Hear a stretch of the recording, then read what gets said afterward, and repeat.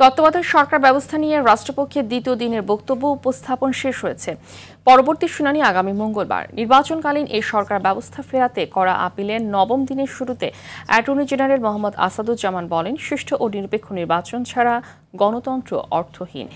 একে রক্ষায় সতর্কতা ও দূরদর্শিতা প্রয়োজন। প্রধান বিচারপতি ডক্টর সৈয়দ রেফাত আহমেদের নেতৃত্বাধীন 7 বিচারপতির পূর্ণাঙ্গ বেঞ্চে এই আপিলের শুনানি হয়। এর আগে বুধবার বিএনপির পক্ষের শুনানির মধ্য দিয়ে শেষ হয় আপিলকারীর সব পক্ষের শুনানি। গত বছরের 27 আগস্ট তত্ত্বাবধায়ক ব্যবস্থা বাতিলের রায় পুনর্বিবেচনা চেয়ে আপিল করেন বিএনপি মহাসচিব ও জামাতের সেক্রেটারি জেনারেল সহ 8 জন। সরকারের জাজমেন্টের উপরে আজকে আমাদের সাবমিশন সমাপ্ত করলাম। আমাদের জাজমেন্ট সমাপ্ত করতে যে আজকে আমরা যে সাবমিশন রেখেছি, গতকাল একটা আউটলাইন দিয়েছি। আজকে আমরা মদিনা চার্টারের প্রেক্ষাপট দেখালাম। আমরা বলেছি সংবিধান একটি রাজনৈতিক দলিল। সেই সংবিধানের রাজনৈতিক দলিলে আমরা মনে করেছি যেভাবে আনা হয়েছে তা জনগণের ইচ্ছার প্রতিফলন করে।